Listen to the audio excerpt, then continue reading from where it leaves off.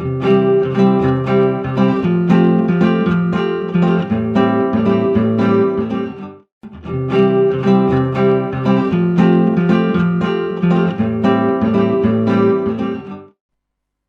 Tuhan, Salam, selamat pagi saudara-saudara yang dikasihi oleh Tuhan.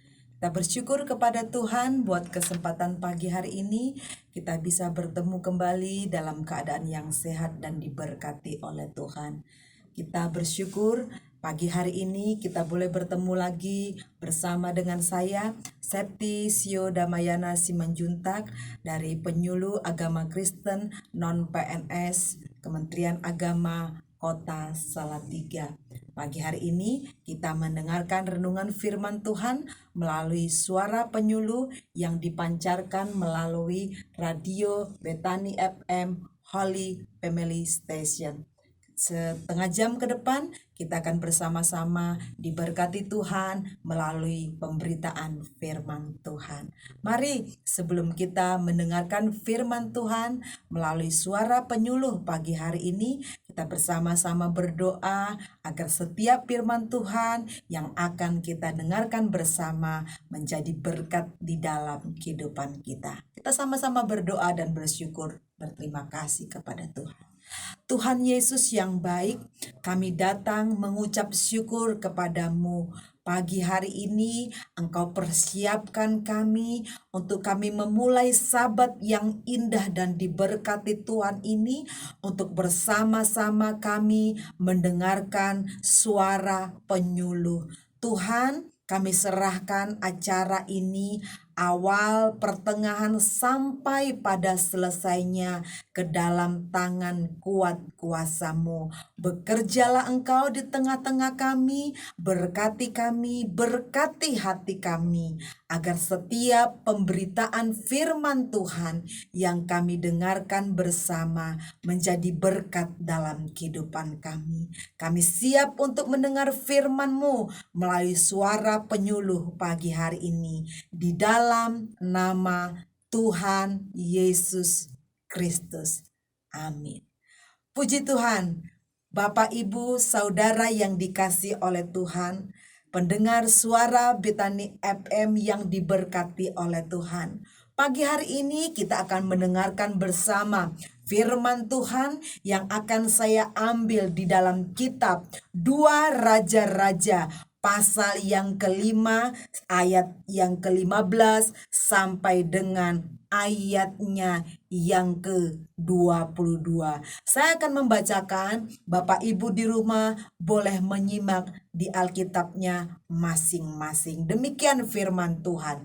2 Raja-Raja pasal yang kelima, ayat 15 sampai 22. Kemudian kembalilah ia dengan seluruh pasukannya kepada abdi Allah itu. Setelah sampai, tampillah ia ke depan Elisa dan berkata, "Sekarang aku tahu bahwa di seluruh bumi tidak ada Allah kecuali di Israel. Karena itu, terimalah kiranya suatu pemberian dari hamba-Mu ini." Tetapi Elisa menjawab, "Demi Tuhan yang hidup, yang di hadapannya aku menjadi pelayan, sesungguhnya aku tidak akan menerima apa-apa. Dan walaupun Naaman mendesaknya supaya menerima sesuatu, ia tetap menolak."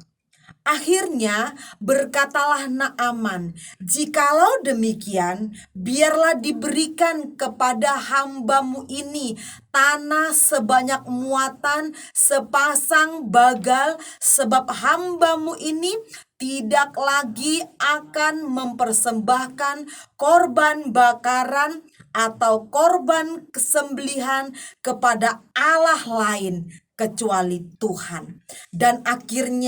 Dan kiranya Tuhan mengampuni hamba-Mu ini dalam segala perkara yang berikut, Apabila tuanku masuk ke kuil Rimon untuk sujud menyembah di sana, aku akan menjadi pengapitnya, sehingga aku harus ikut sujud menyembah dalam kuil Rimon itu. Kiranya Tuhan mengampuni hamba-Mu ini dalam hal itu. Maka berkatalah Elisa kepadanya, "Pergilah dengan selamat." Setelah Naaman berjalan tidak beberapa jauh daripadanya, berpikirlah Gehazi, bujang Elisa, abdi Allah, "Sesungguhnya tuanku terlalu menyegani Naaman, orang Aram itu, dengan tidak menerima persembahan yang dibawanya. Demi Tuhan yang hidup, sesungguhnya aku akan berlari mengejar dia dan menerima sesuatu daripadanya." Lalu Gehazi berlari mengejarnya. Turunlah ia dengan segera dari atas kereta untuk mendapatkan dan berkata, "Selamat." Jawabnya, "Selamat. Tuanku Elisa menyuruh aku mengatakan, baru saja datang kepadaku dua orang muda dari pegunungan Efraim, dari antara rombongan nabi. Baiklah, diberikan kepada mereka setalenta perak dan 2 potong pakaian." Pendengar yang dikasihi oleh Tuhan, Bapak Ibu yang diberkati oleh Tuhan, pendengar Betani FM yang dimuliakan Tuhan. Pagi hari ini renungan firman Tuhan saya sampaikan dengan judul Godaan Keuangan.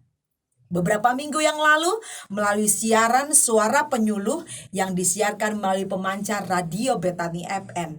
Minggu yang pertama kita telah mendengarkan renungan firman Tuhan tentang menjadi hamba atas uang atau tuan atas uang.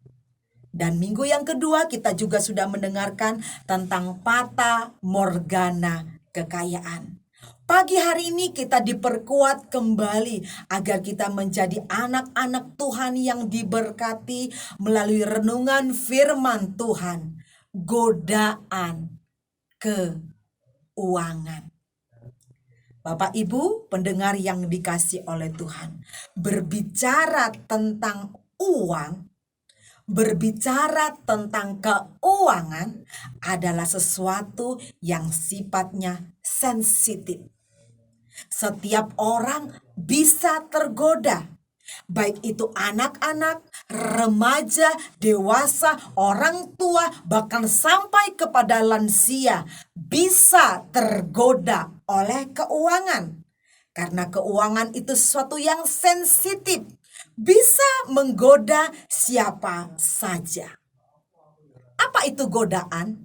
Saya bagikan kepada kita. Yang pertama, menurut Kamus Besar Bahasa Indonesia yang saya pelajari dan saya persiapkan, godaan itu adalah sesuatu yang dapat menggoda ketabahan hati. Artinya, godaan itu akan mempengaruhi kekuatan, ketabahan hati seseorang. Setiap orang manusia, anak kecil, remaja, dewasa, orang tua, sampai kepada lansia, punya hati. Artinya, semua orang bisa tergoda ketabahan hatinya untuk masalah keuangan. Dan menurut pendekatan firman Tuhan, apa itu godaan? Godaan itu adalah ketika seseorang mengalami tantangan untuk memilih antara kesetiaan atau ketidaksetiaan terhadap kewajibannya kepada Tuhan. Tantangan untuk memilih setia atau tidak setia terhadap kewajibannya di hadapan Tuhan. Bapak, Ibu, saudara pendengar yang dikasihi oleh Tuhan, semua kita memiliki kecenderungan untuk bisa tergoda oleh godaan keuangan. Karena itu sebuah tantangan, karena itu suatu ujian. Yang kedua, siapa itu penggoda? Siapa itu yang memberikan tantangan ke hati kita? Siapa itu yang memberikan tantangan terhadap ketabahan hati kita? Firman Tuhan saya bacakan di dalam Matius 6 ayat 13. Demikian firman Tuhan saya bacakan untuk kita semua. Matius 6 ayat 13. Dari manakah sumber godaan atau tantangan atau pencobaan itu? Firman Tuhan berkata demikian, Matius 6 ayat 13. Dan janganlah membawa kami ke dalam pencobaan, melainkan lepaskanlah kami dari yang jahat. Godaan itu, tantangan itu, pencobaan itu datangnya dari si jahat. Bapak Ibu tahu kan siapa si jahat itu? Di mana si jahat itu? Terkadang minta maaf sekali. Ketika kita jatuh dalam tantangan, ketika kita jatuh dalam godaan, kita berkata, aku digoda oleh si jahat. Aku diizinkan oleh Tuhan. Ini pencobaan, ini godaannya dari Tuhan. Apakah itu benar? Kita baca Yakobus 1 ayatnya yang ketiga. Demikian firman Tuhan. Sebab kamu tahu bahwa ujian terhadap imanmu itu menghasilkan ketekunan. Dan ayat yang ke-13, ujian itu mendatangkan ketekunan. Dan siapa yang menguji itu? Siapa yang mencoba itu? Apabila seseorang dicobai, janganlah ia berkata, pencobaan ini datangnya dari Allah. Sebab Allah tidak dapat dicobai oleh yang jahat, dan ia pun, Allah sendiri pun, tidak mencobai siapapun. Ketika kita digoda keuangan, itu bukan dicobai oleh Allah. Ketika kita ditantang dengan masalah keuangan, itu bukan pencobaan dari Allah, tapi itu pencobaan dari si jahat. Yang keempat, apa saja yang digoda? Apa saja tantangan yang ada di hati kita ini yang membuat kita bisa masuk kepada godaan keuangan? Seorang, firman Tuhan yang kita baca tadi dalam 2 Raja-Raja ayatnya yang pasal yang kelima, ayatnya yang ke-15 tadi saya bacakan kepada Bapak Ibu Saudara pendengar. Ada seorang hamba daripada Nabi Allah Elisa yang bernama Gehazi. Pada saat kapan? Apa yang digoda? Pertama sekali Bapak Ibu, ketika dia melihat begitu banyak persembahan, ucapan terima kasih yang dibawa Naaman kepada Elisa karena ia telah disembuhkan dari penyakit kusta. Mata ditantang, mata digoda untuk jatuh dalam dosa keuangan. Yang kedua, telinganya Dia mendengar percakapan daripada Elisa dengan Naaman. Waktu Naaman mendesak seolah-olah memaksa, ambillah persembahan kasihku ini, terimalah persembahan kasihku ini. Telinga Gehazi terbuka lebar-lebar dan dia mendengar sehingga telinganya tergoda akan keuangan. Yang selanjutnya, mulutnya juga tergoda oleh keuangan. Firman Tuhan katakan, pada waktu dia telah melihat, dia telah mendengar, kakinya digunakan untuk berlari mengejar Naaman, dan mulutnya tergoda untuk berkata sesuatu yang tidak benar atau berbohong.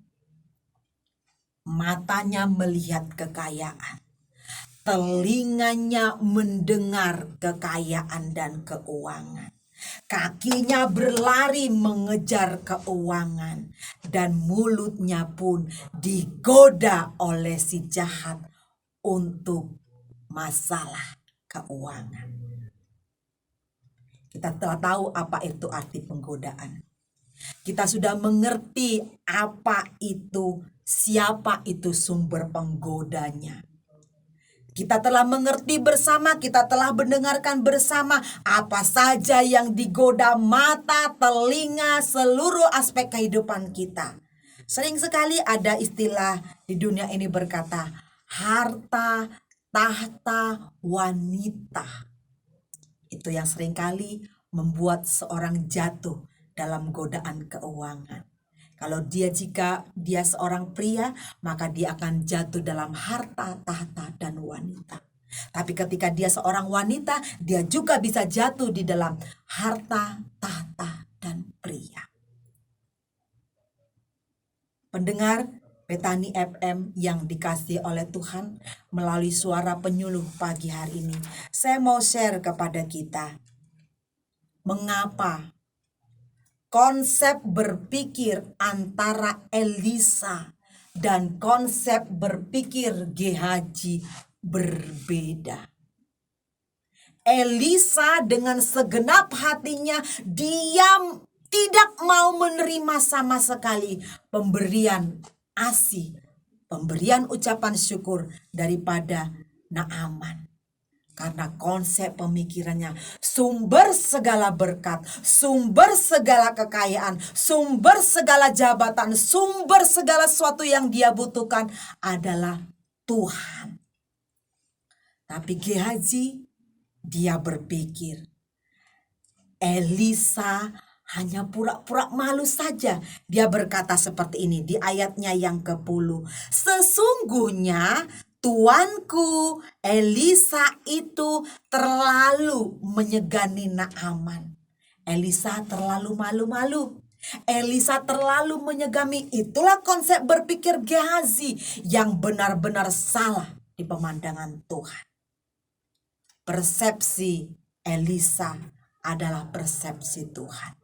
Persepsi Naaman adalah ketika ditolong, ketika dibantu, wajarlah mengucapkan terima kasih. Tapi persepsi Gehazi, uang adalah segala-galanya. Dan ketika dia jatuh dan tidak bisa menang atas godaan keuangan, yang dia lakukan tadi sudah saya sampaikan. Dia berlari mengejar. Kemudian ketika dia sampai kepada Naaman, mulutnya tergoda untuk mengatakan hal yang tidak benar. Dia berbohong dengan di ayat yang 22. Jawabnya, tuanku Elisa menyuruh aku mengatakan. Maaf Bapak Ibu yang dikasihi oleh Tuhan. Ketika keinginan daging kita mendesak kita dan membuat kita tergoda dengan keuangan, kita sangat mudah untuk berkata yang tidak benar. Maaf bicara, bahkan sampai dia mengkambing hitamkan tuannya, Nabi Elisa, pengajarnya yang selalu memberikan makanan rohani kepadanya. Tapi dia sanggup untuk mengkambing hitamkan.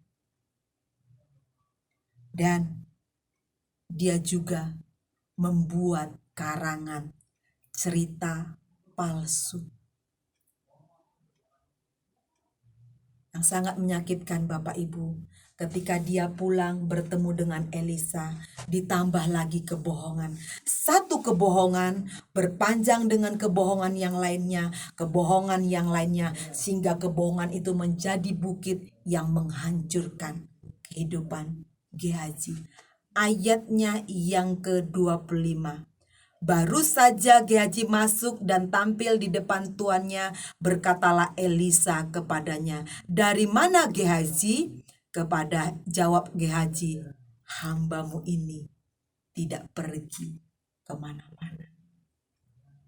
Bapak Ibu Saudara yang dikasihi oleh Tuhan, mari pagi hari ini ketika kita mendengarkan sabda firman Tuhan, godaan itu sekarang begitu kuat.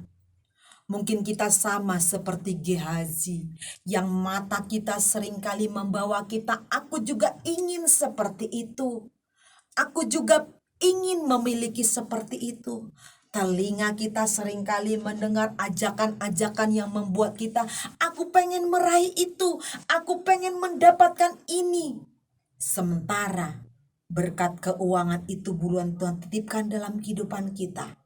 Dan akhirnya kita berlari, kita mengejar, kita berusaha segala sesuatu yang menyakitkan hati Tuhan. Kita berbohong, kita bercerita palsu, kita mengkambing hitamkan orang lain. Bapak Ibu yang dikasihi oleh Tuhan, firman Tuhan katakan bagaimana supaya kita tidak jatuh dalam godaan tersebut. Tuhan Yesus, firman Tuhan katakan 40 hari 40 malam dalam Lukas pasal yang keempat ayat yang kedua. Dia pun diuji. Ketika dia sangat lapar, dia diuji untuk mengubah batu menjadi makanan.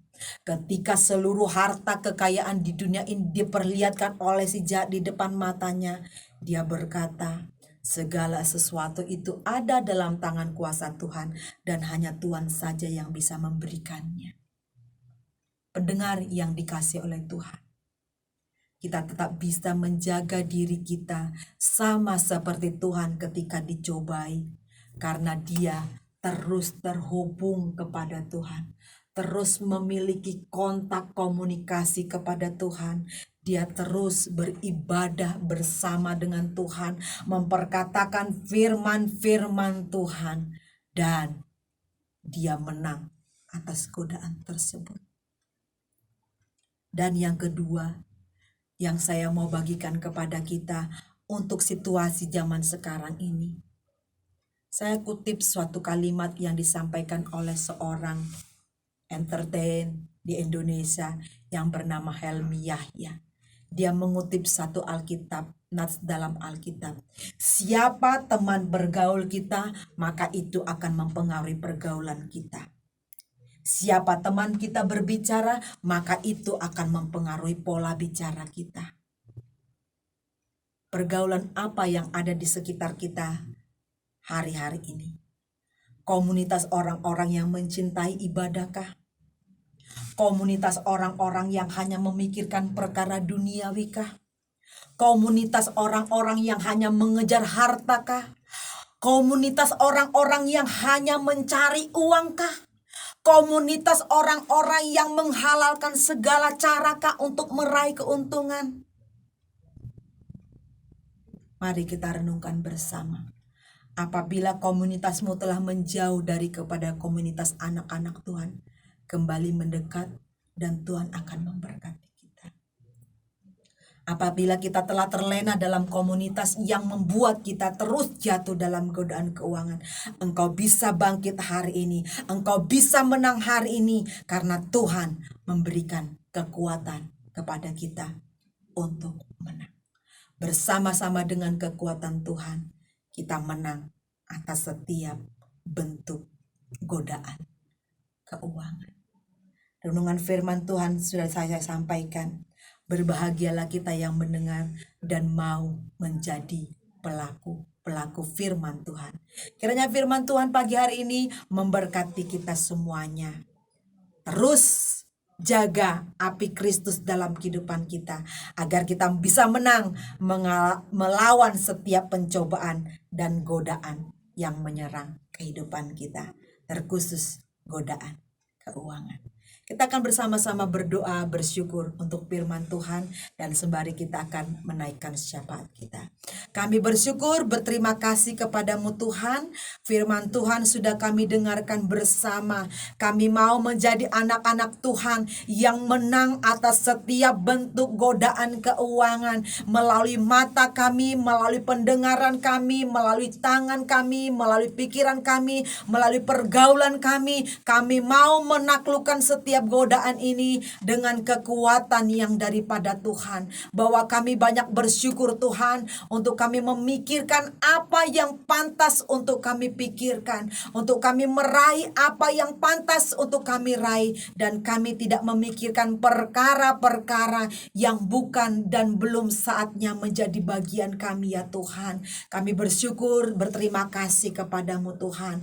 Kami tidak lupa berdoa syafaat pagi hari ini untuk kota kami tercinta, kota Salatiga. Berkati kota kami Tuhan, jadikan kota Salatiga menjadi kota yang diberkati Tuhan dengan segala kelimpahan. Pakai pemimpin-pemimpin kami, pakai setiap hamba-hamba Tuhan, pakai setiap anak-anak Tuhan, seluruh warga masyarakat yang ada di kota Salatiga Engkau pakai dan berkati ya Tuhan. Kami juga berdoa untuk pandemi COVID-19 yang belum berujung, belum berakhir sampai dengan hari ini. Engkau terus kerjakan karya keselamatan, karya kesembuhan di tengah-tengah kota Salatiga, di Indonesia, di seluruh bumi secara umumnya ya Tuhan. Kami bersyukur, kami berterima kasih kepadamu Tuhan. Kami berdoa khusus pagi hari ini kepada seluruh pendengar Betani FM yang diberkati oleh Tuhan. Apapun yang sedang menjadi godaan, tantangan, ujian dalam kehidupan mereka, tampilkan mereka menjadi pemenang-pemenang ya Tuhan. Sebab Engkau Allah sumber kemenangan, dan kemenangan itu Engkau curahkan dalam kehidupan kami semua pagi hari ini. Kami bersyukur untuk firman Tuhan yang telah kami dengarkan bersama di dalam nama Tuhan Yesus Kristus. Haleluya. Amin. Bapak Ibu yang dikasihi oleh Tuhan, terima kasih untuk seluruh mempelai Kristus yang sudah setia bersama kita selama penyiaran suara penyuluh kota Salatiga pagi hari ini. Kiranya setiap acara yang kita ikuti bersama pagi hari ini diberkati oleh Tuhan Yesus Kristus. Saya Septisio Damayana sebagai penyuluh Kementerian Agama Kota Salatiga khusus untuk agama Kristen mengucapkan mohon maaf apabila ada salah perkataan, salah ucapan pada saat saya menyampaikan renungan firman Tuhan pada pagi hari ini. Setelah ini kita akan melanjutkan acara selanjutnya. Selamat beraktivitas, selamat melanjutkan hari Sabat. Ingat 5M, memakai masker, menjaga jarak, mencuci tangan dengan air bersih, mengurangi mobilitas di tempat umum, dan menjauhi kerumunan. Salam sehat, Tuhan memberkati.